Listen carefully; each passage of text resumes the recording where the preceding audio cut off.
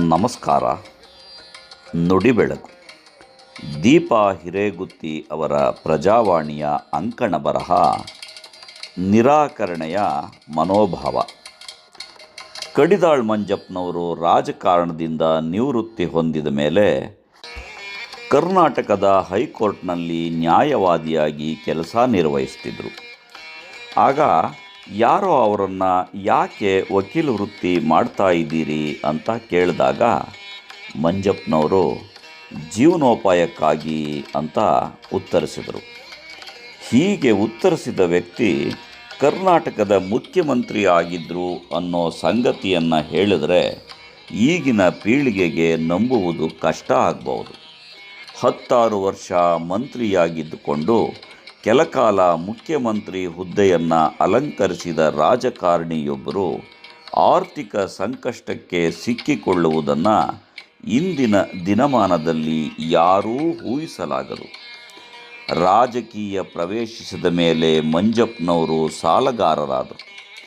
ಸಾಲ ತೀರಿಸಬೇಕಾದರೆ ಅವರು ವಕೀಲ ವೃತ್ತಿ ಕೈಗೊಳ್ಳಲೇಬೇಕಾಯಿತು.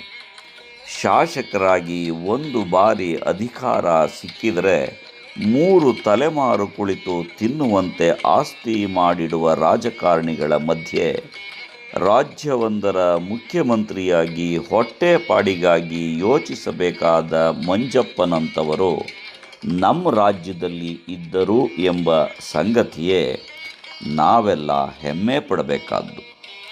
ಹೀಗೆ ಮಂಜಪ್ಪನವರು ವಕೀಲ ವೃತ್ತಿ ಮಾಡುತ್ತಿರುವಾಗ ಅವರ ಮನೆಗೆ ಸರ್ ಎಂ ವಿಶ್ವೇಶ್ವರಯ್ಯನವರು ಬಂದಿದ್ದರು. ಬಹಳ ವರ್ಷಗಳಿಂದ ಮೈಸೂರು ರಾಜ್ಯದಲ್ಲಿ ಒಬ್ಬ ಪ್ರಾಮಾಣಿಕ ವ್ಯಕ್ತಿಯನ್ನು ಗುರುತಿಸಿದ್ದೇನೆ, ನಿಮ್ಮ ಮನೆಗೆ ಸ್ಫೂರ್ತಿ ಪಡೆಯಲು ಬಂದಿದ್ದೇನೆ ಎಂದಿದ್ದರು ಸರ್ ಎಂ ವಿ. ರಾಜಕಾರಣ ಅಂದರೆ ದೀನ ದುರ್ಬಲರ ಉದ್ಧಾರಕ್ಕೆ ದಾರಿ ಮಾಡಿಕೊಡುವ ಒಂದು ಅತ್ಯುತ್ತಮವಾದ ಅವಕಾಶ. ಬಡತನ ನಿವಾರಣೆಗಾಗಿ ಶ್ರಮಿಸುತ್ತಾ, ಸಾಮಾಜಿಕ ನ್ಯಾಯಕ್ಕಾಗಿ ಹೋರಾಡುತ್ತಾ, ಅಧಿಕಾರದ ಅಮಲು ತಲೆಗೆ ಹತ್ತದಂತೆ ಎಚ್ಚರ ವಹಿಸುತ್ತಾ ಸಾಗಬೇಕಾದ ಸುದೀರ್ಘ ಹಾದಿ. ಆದರೆ ಅದು ಜನಪ್ರಿಯತೆ, ಸಂಪತ್ತಿಗೆ ರಹದಾರಿ ಎಂಬ ತಪ್ಪು ಅಭಿಪ್ರಾಯದಿಂದ ರಾಜಕೀಯ ಕಲುಷಿತಗೊಂಡಿದೆ. ಅಧಿಕಾರ ಇರುವುದೇ ತಮ್ಮ ಹಿತಕ್ಕಾಗಿ ಎಂದು ನಂಬಿದವರಿಗೆ ಈ ನಿರಾಕರಣೆ, ನಿರ್ಲಿಪ್ತಿಯ ಮನೋಭಾವ ಬಹುಶಃ ಅರ್ಥವೇ ಆಗಲಿಕ್ಕಿಲ್ಲ.